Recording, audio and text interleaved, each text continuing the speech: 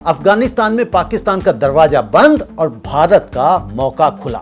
दोस्तों, पहले समझिए कि पाकिस्तान और अफगानिस्तान के बीच क्या हुआ है। तो पाकिस्तान का अफगानिस्तान को एक्सपोर्ट 55% डिक्रीज होकर $336 मिलियन रह गया और अफगानिस्तान पाकिस्तान के टॉप एक्सपोर्ट मार्केट्स की लिस्ट से बाहर हो गया है। बॉर्डर बंद होने से बलूचिस्तान के ट्रेडर्स को भारी नुकसान हुआ है।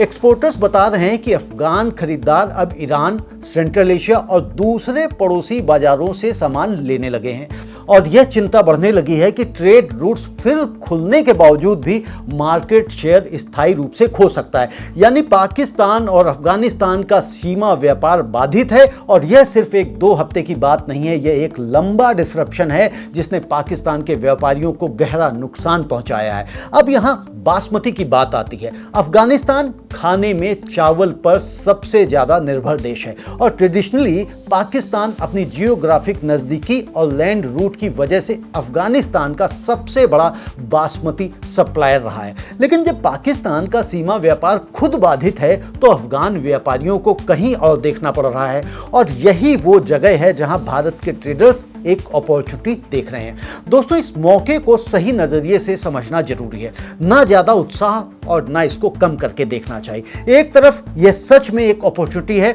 जब एक ट्रेडिशनल सप्लायर कमजोर पड़ता है तो उसका कस्टमर कहीं और जाता है और यह बेसिक मार्केट डायनेमिक्स है।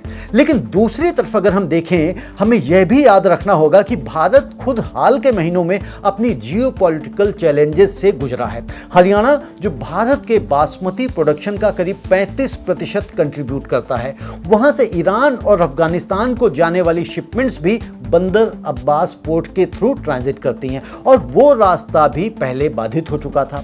तो ईरान का बंदर अब्बास पोर्ट अफगानिस्तान, तुर्की और रशिया के शिपमेंट्स के लिए एक महत्वपूर्ण ट्रांजिट हब है। जब हॉर्मुज स्ट्रेट बाधित हुई तो यह रास्ता भी अस्थायी रूप से इनएक्सेसिबल हो गया था। यानी भारत का बासमती भी कुछ महीने पहले तक उसी रूट की समस्या से गुजर रहा था जिससे आज पाकिस्तान गुजर रहा है। फर्क सिर्फ इतना है कि हॉर्मुज की सिचुएशन अब नॉर्मलाइज हो रही है, जबकि पाकिस्तान अफगानिस्तान बॉर्डर डिसरप्शन अभी भी जारी है। मिडिल ईस्ट रीजन, जिसमें ईरान, इराक और अफगानिस्तान शामिल है, भारत के 2024-25 के 6.06 million metric ton basmati export का सबसे बड़ा हिस्सा एब्जॉर्ब करता है। यानी अफगानिस्तान भारत के बासमती ट्रेड के व्यापक इकोसिस्टम का ही एक हिस्सा है, ईरान और इराक के साथ।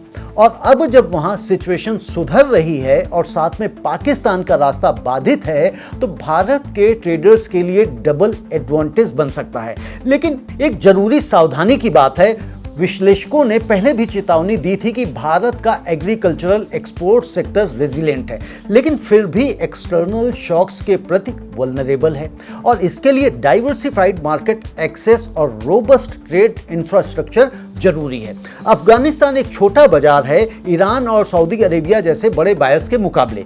इसे एक मीनिंगफुल लेकिन सीमित अवसर के तौर पर हमें देखना चाहिए। कोई गेम चेंजर नहीं है, बल्कि एक एडिशनल अपॉर्चुनिटी है जो भारत के ट्रेडर्स की डाइवर्सिफिकेशन रणनीति में मदद कर सकती है। अगर इसका हम ओवरऑल दोस्तों इंपैक्ट देखें तो भारत के एक्सपोर्टर्स यदि तेजी से और भरोसे के साथ इस मौके को पकड़ें, पेमेंट टर्म्स आसान रखें, सप्लाई कंसिस्टेंट रखें, तो वो अफगानिस्तान में अपनी एक स्थायी पहचान बना सकते हैं, सिर्फ एक टेम्परेरी फायदे की तरह नहीं। लेकिन अगर पाकिस्तान का बॉर्डर डिसरप्शन अचानक खत्म हो गया तो ट्रेडिशनल सप्लाई लाइंस फिर से एक्टिव हो सकती हैं, क्योंकि ज्योग्राफिक प्रॉक्सिमिटी का फायदा पाकिस्तान के पास हमेशा रहेगा।